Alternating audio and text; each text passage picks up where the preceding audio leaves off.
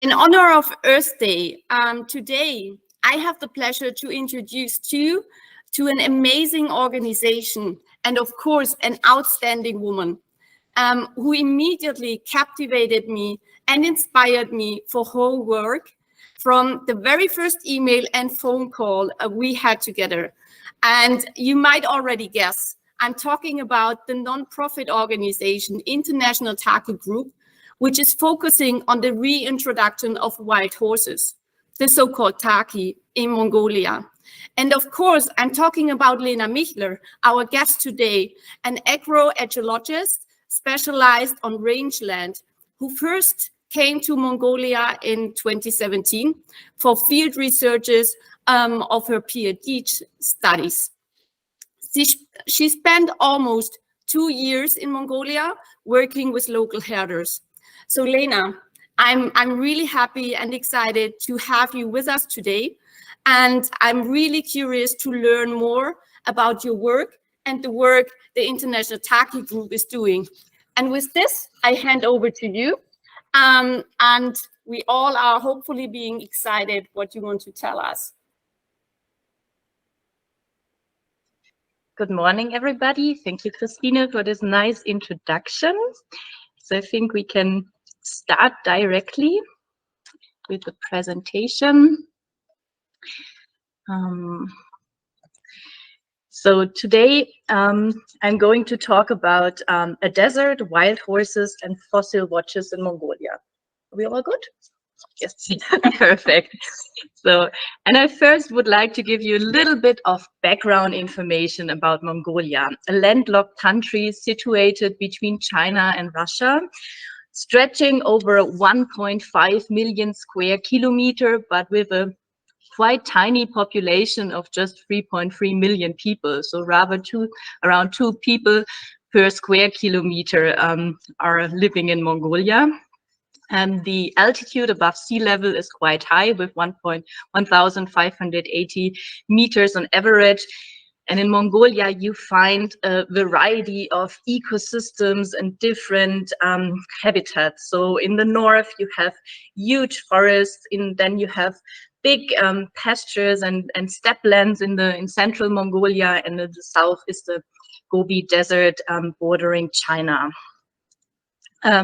Mongolia is divided into different provinces, and the capital city is Ulaanbaatar, the so-called Red Hero, here marked in blue. So this is the whole Ulaanbaatar province.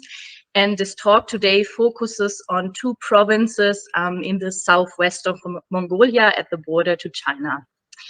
The economy in Mongolia is really based on agriculture. Mining plays more and more an important role, and service and construction sectors are getting more important. But until today, around 1/3 of the population is still living in a traditional lifestyle as nomadic herders. So pastoralists, people keep livestock and they move around several times between the year or within the year. The climate is continental in Mongolia, so you have 4 seasons, and sometimes in the Gobi region you have temperature differences of 80 degrees throughout the year, so very cold winters and very hot summers.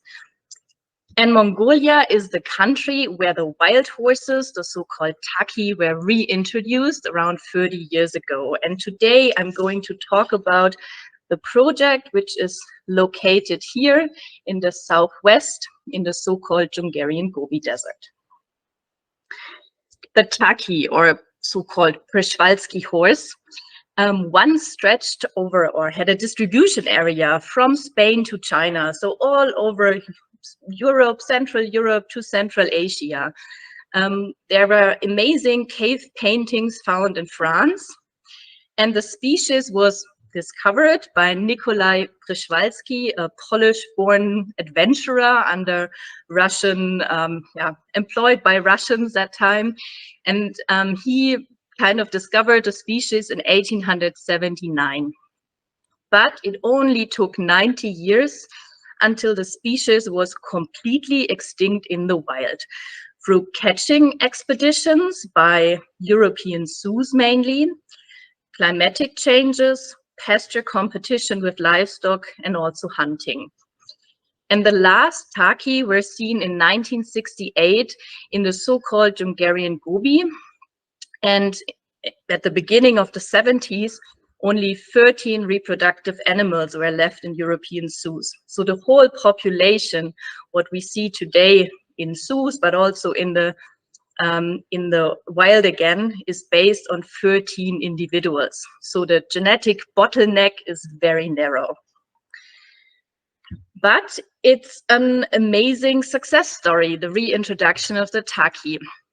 So after beginning of the 70s, and then for 20, 30 years, a lot of individual persons, people put a lot of efforts into that and established a stud book. So where every individual, every animal was registered, counted, and targeted breeding was established in Europe.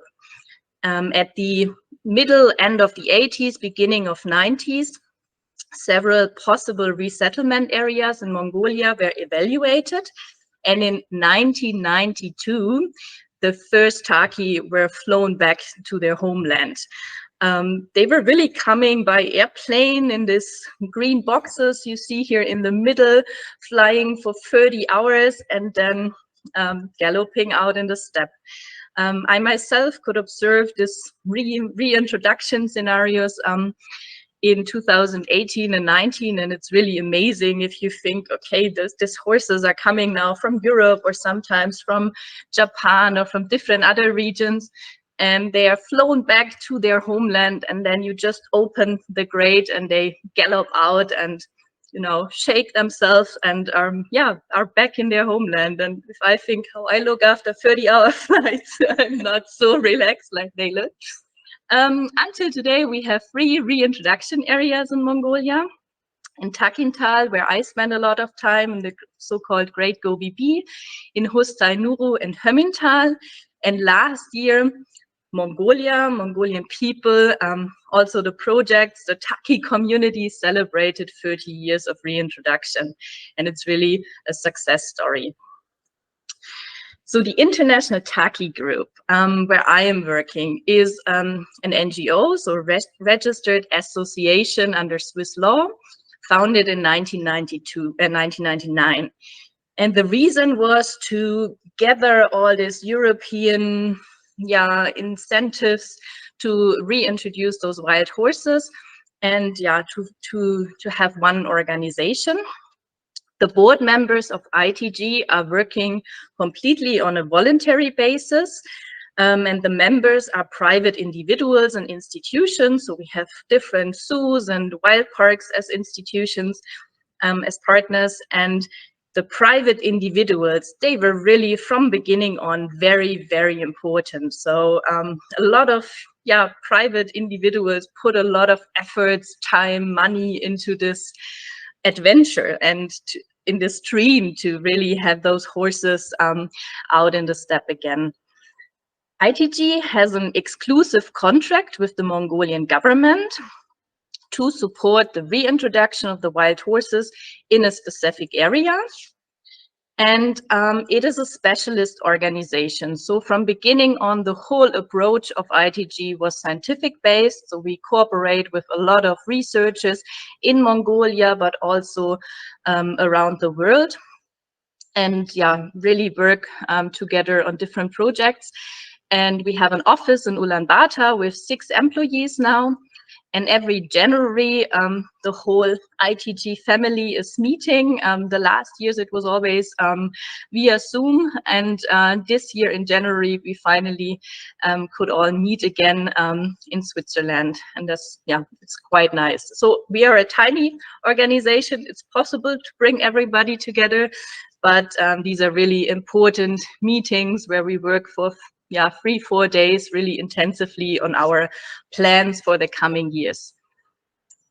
The Great Gobi B strictly protected area is the target area of ITG.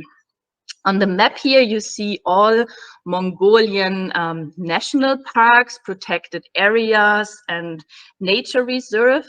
Red are the areas which are really strictly protected areas. And the Great Gobi B is here located in the so-called Jungarian Gobi Desert. So the Gobi stretches all over South Mongolia, bordering China. And the Jungarian Gobi Desert is not a typical desert with a lot of sand dunes. It's more a steppe semi-desert. This protected area was founded in 1975 already by the Mongolian government, and it's until today under Mongolian government law. And it's an IUCN strictly protected area. Those strictly protected areas have really the highest protection status in the world, and they have different zones which are really for wildlife only, or for flora and fauna, where no human interference is allowed. But at the same time, it's a UNESCO Man and Biosphere Reserve. And this is really special because this Man and Biosphere Reserve aim for nature conservation for flora, fauna, and people. So you have on the one side different areas where no people are allowed, and then you have this Man and Biosphere concept where you say, but we want to integrate people here in conservation. So it seems to be an opposite approach, but it's actually working quite well. At the moment, we have an ongoing application for World Heritage Site, which would be really a huge success for conservation measures over there. Previously, the area stretched over 9,000 square kilometers, which is already big, but in 2019, the Mongolian government decided to double the size. And maybe you have heard about this global approach 30 by 30. So the world community is aiming for 30% terrestrial and marine lands to be protected until 2030. And Mongolia is above 25% already. So they are really in huge steps going forward for aiming for this amazing aim, actually. So the Takhi population is currently around 400 animals. So this graph here shows the number of Takhi since the reintroduction in 1992. And here last November, we had over 400 Takhi in the wild in this Great Gobi B. In the other two reintroduction areas, they're around 100, and in the other one, 400 animals as well. Last summer, 70 foals were born, and this is really a very nice progress. You might recognize here this sharp increase in 2009-2010 in the mortality of Takhi. This was due to a very extreme winter event. So in Mongolia, every few years, there are so-called Zud winters occurring, where over months temperatures are below minus 40, minus 50 degrees. You have a dense snow cover, and it's devastating for wildlife and domestic animals. So a lot of animals, they freeze to death or starve to death. And here 60% of the Takhi population died. And such natural disasters can happen very often, and that's why, or can happen, and this is why these conservation measures are so important. And you might ask yourself, does it matter to engage in the conservation or the protection of a single species? And why are wild horses so special? Why are they important? And I can tell you it does matter, because species protection and species conservation nowadays is not about one single species. It's really about conserving whole ecosystems, conserving habitats for many other plant or animal species. And it's not a task of one area or one organization or even one country. It's a task where we globally have to work together beyond borders and really put our forces in one direction. And when you save one single species, you save a lot of other species and a lot of amazing landscapes and animals as well. So the Takhi in the Great Gobi B, they really act as an umbrella species. With the protection of the wild horses, you also protect the habitat of Asiatic wild ass, for example, of wolves, of many reptile species, of gazelles, of snow leopards, of ibex, or many bird species. And of course, many endemic plants or other plant species get protected as well. And ITG and the Great Gobi B management have 3 different aims. So first of all, the reintroduction of a viable population of wild horses. Then the protection and conservation of this biosphere reserve. So really thinking under this umbrella. And thirdly, including the local population in nature conservation activities. I really like to cite always the former Great Gobi B director, Mr. Gambata, because he always said to me, you know, herders, the local people in this region, they are the extended ears and eyes of myself. So they really are living out, they are living in the nature with all this wildlife. And they are a very vital part of this nature conservation activities. So out of these aims, different activities occur. So on a very regular basis, we do wildlife monitoring and conservation measures, or the protected area does this. ITG is supporting a lot of research projects. A lot of outreach is done. Outreach not only locally, which is very important, with people, informing people around the protected area or people living inside the protected area, regionally, you know, throughout Mongolia, but also globally, like I'm doing today. And we are supporting local livelihoods. So the Takhi and wildlife monitoring is basically the main task of rangers in this protected area. So every second, third day, rangers are driving outside in the Gobi Desert, counting wild horses, and 4 times per year they drive around for 3 days, and they really count all wildlife they observe. Sometimes they establish camera traps. There was a huge project supported by WWF a few years ago where they established camera traps in the mountains to observe mountain ungulates. And yeah, this is really important data. And sometimes Takhi conservation, Takhi monitoring can look like this. This is a picture of our Takhi researcher, Dalai. He's quite lucky that he can come that close to the wild horses. The horse also looks quite relaxed. This is not a usual thing. So he was born and raised in this area, and he really has a special bond with all those wild horses. Normally you see them more on a distance, like it's seen in this picture, it's shown in this picture. So this is normally how rangers observe the wild horses. You climb up on a hill and then you look for any wildlife moving or wildlife moves in this wide area with binoculars. Last winter, for example, the rangers were out almost every day feeding the wild horses. So generally there is no interference with the wild horses. So the aim is really to reintroduce them and to have them wild in the wilderness. But last summer was very, very dry and animals were not really fit anymore. So it was necessary to feed them over the winter, and the winter was also very hard. So they started already in December feeding the animals, and yeah, it's a tough job in this hard winter conditions.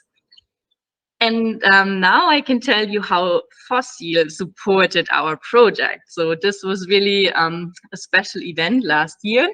It was the Big Step Ungulate Count.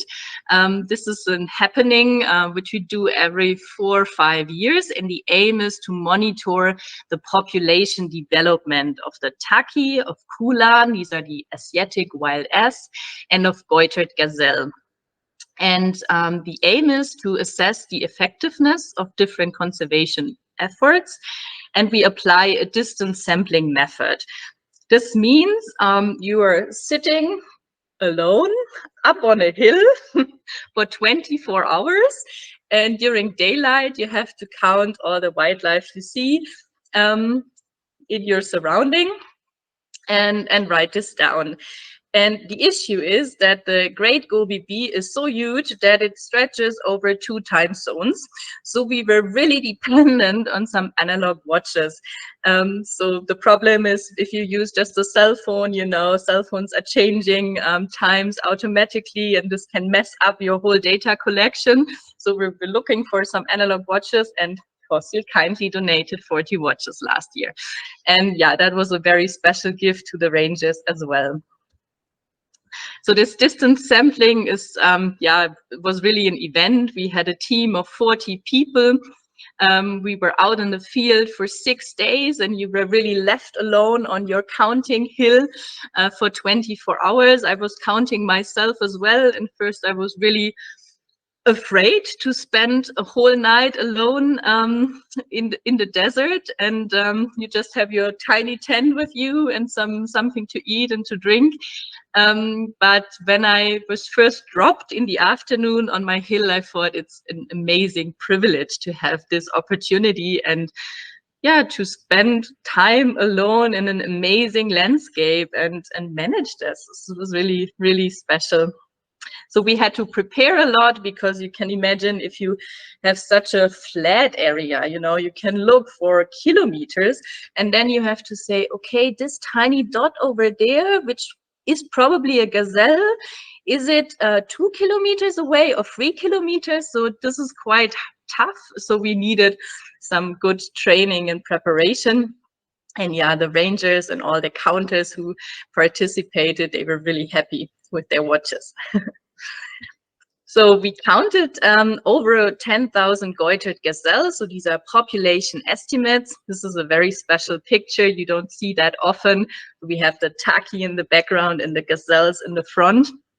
And over 5,000 kulan. Kulan are here seen also in the back of the picture.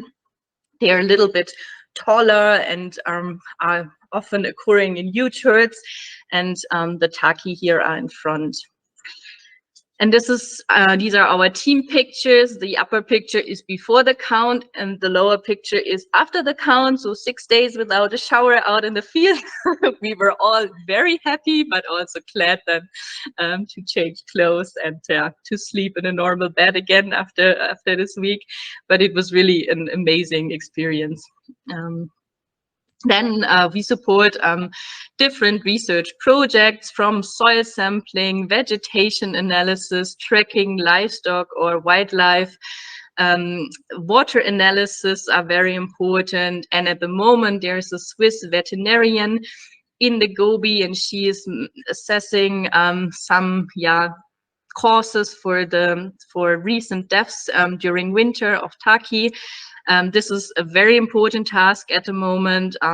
We had several losses over the winter, and at the moment, this veterinarians and the team in Mongolia are trying to find out if the horses just died because of the hard winter and because they were very weakened from this dry summer last year, or if there are any diseases. Outreach is very important. So this is a picture of the former park director talking to the local herders and telling them about activities in this protected area. So this is really done on regular basis, and is really an important task.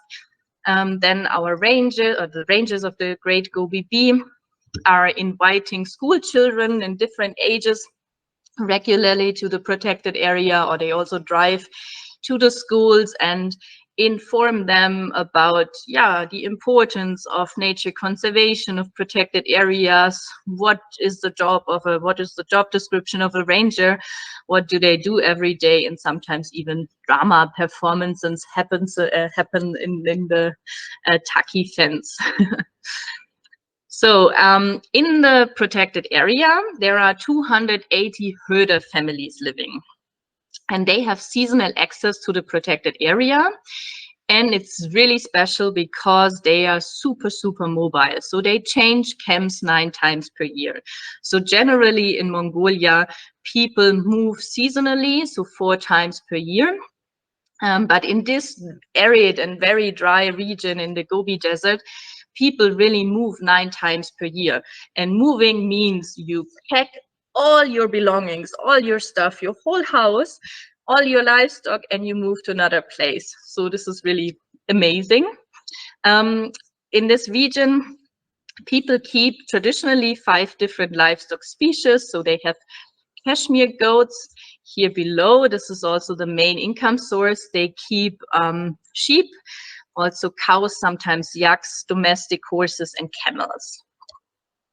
And yeah, the high mobility is really impressive here. This is just a map out of one of my research results.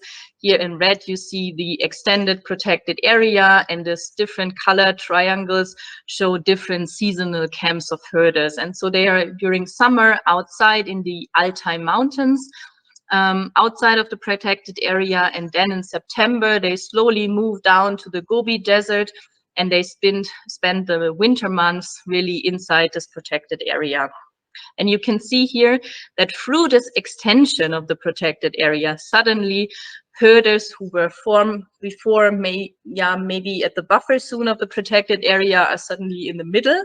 So this brings up a lot of new discussions and talks about how nature conservation can be practiced together here. Kashmir is a very precious product, a natural product, and is really high in demand on international markets and global markets, but is ecologically not necessarily safe. So there is a huge risk of overgrazing and erosion. And of course, when the demand on the international markets is so high, people want to keep more livestock, want to earn more money. And this is often a problem with rangeland health. And here, especially in protected areas, this has to be monitored quite well. On the picture here below, you see Kashmir goats. This one is before combing, this one is after combing, and the season just started. So herders in Mongolia are starting now to comb out the Kashmir. So this is really done by hand. Takes around 40 minutes to comb one goat, and you get from one goat around 300 grams of raw Kashmir. So it's really a tiny amount, and from this, after sorting and washing process in the factories, just 50% remains where you can actually make yarn out of that. And when you once combed a Kashmir goat by yourself for almost an hour, you understand why Kashmir is so expensive and why it's such a very luxurious product. But herders in Mongolia are kind of stuck in a vicious circle. So they are part of a free market economy. They can only sell their raw materials. Overgrazing is happening in many areas over Mongolia, especially in central Mongolia. Climate change is a very crucial factor.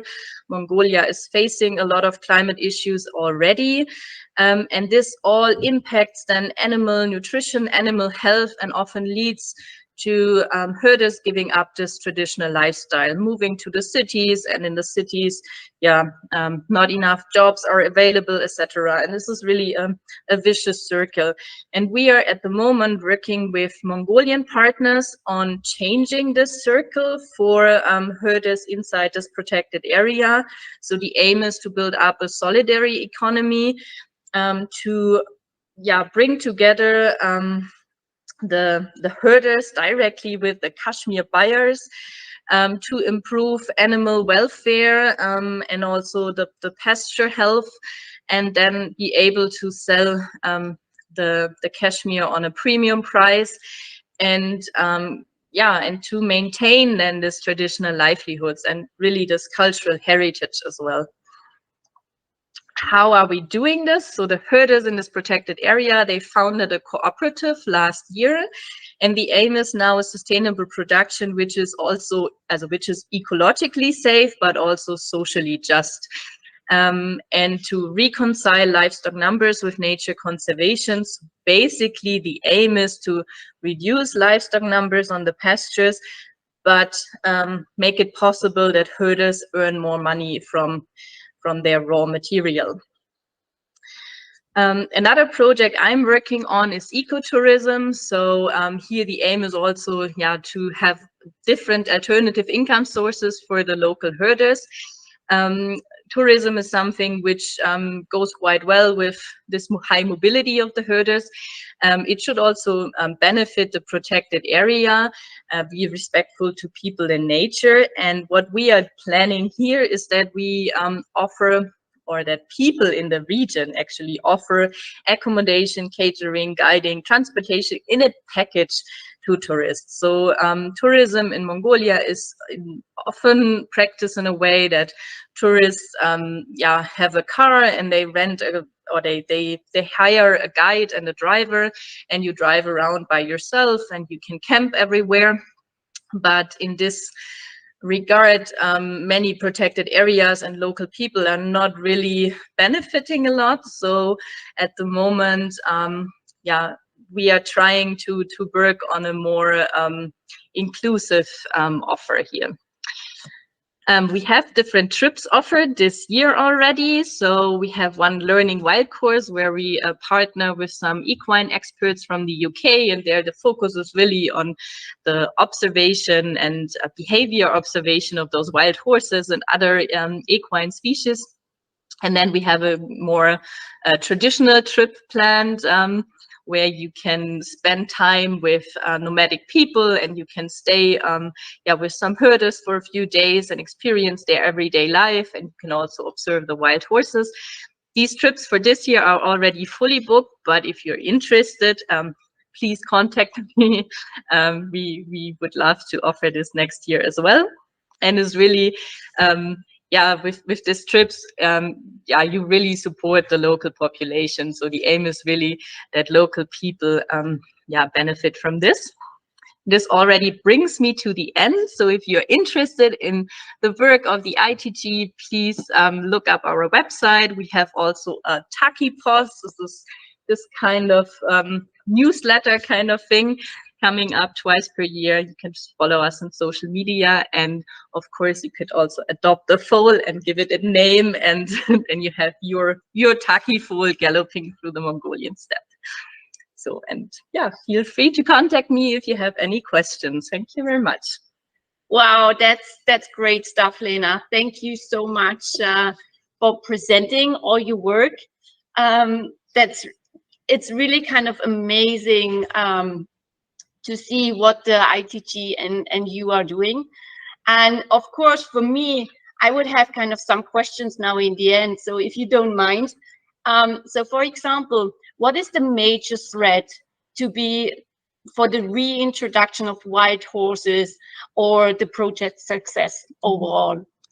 A major threat is, of course, this climatic extremes in Mongolia. So as I told before, this extreme winters, this is really something very difficult, and this occurs every 8 to 10 years. So the last in 2010 was really devastating, and a lot of livestock also died. Some of the herders lost 100% of their herd. So it's really incredible, and it's for the wildlife, of course, a huge threat.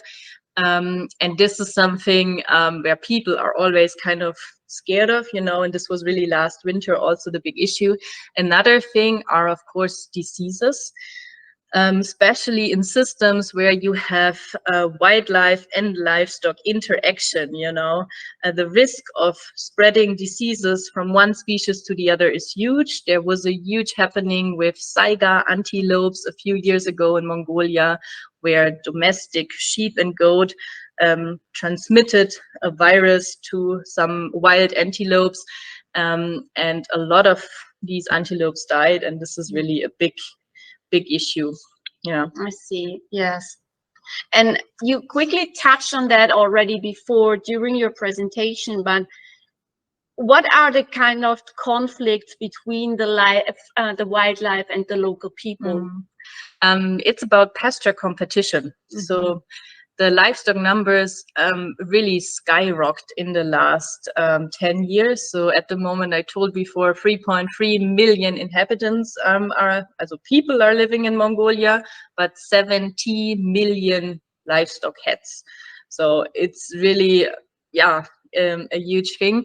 And this pasture competition, especially in this very arid areas, a huge problem. And if you think 18,000 square kilometers, just 400 horses, it's little, right? It's but still, if you have a lot of livestock in the systems, you have competition for fodder, for water, sheltered places, etc.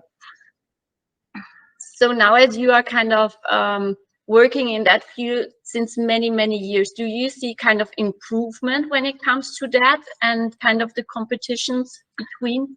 Definitely. I mean, the whole aim of this Kashmir project I'm working on, so this is one of my main tasks, is to improve pasture management. So it's really reducing livestock numbers, but on the other side, people need to live from something, right? And there is always this number of 300 goats and sheep per family, but at the end, people cannot live from that, you know. And the everyday reality is nowadays different than it was also 10 years ago. Nowadays, everybody has a small Jeep or a motorbike.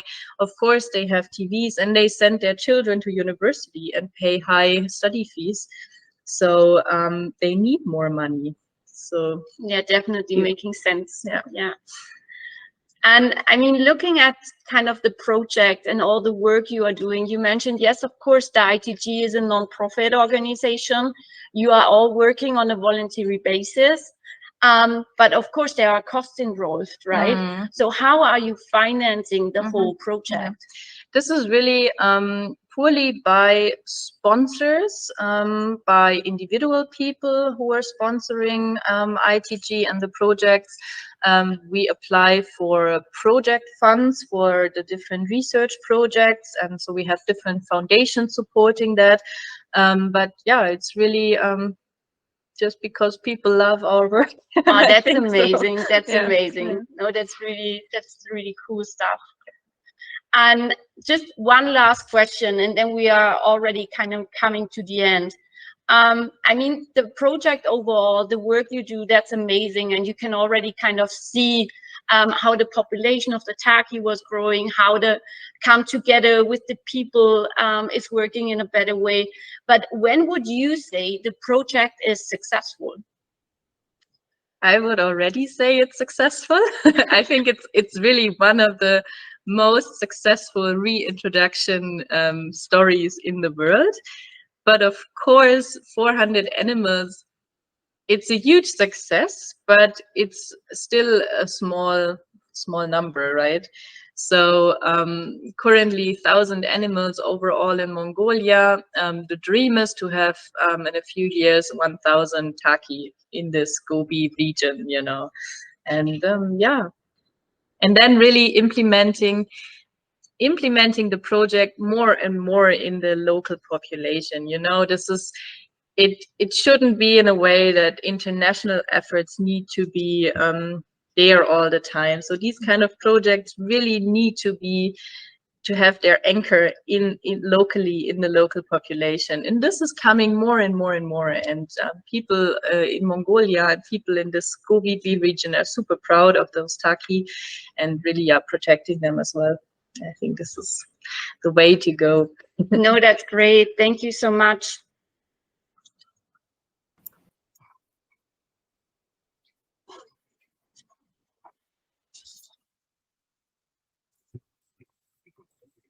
Yeah, and now to end up, Lena, a big thanks to you and the International Takhi Group for sharing your story, your amazing work.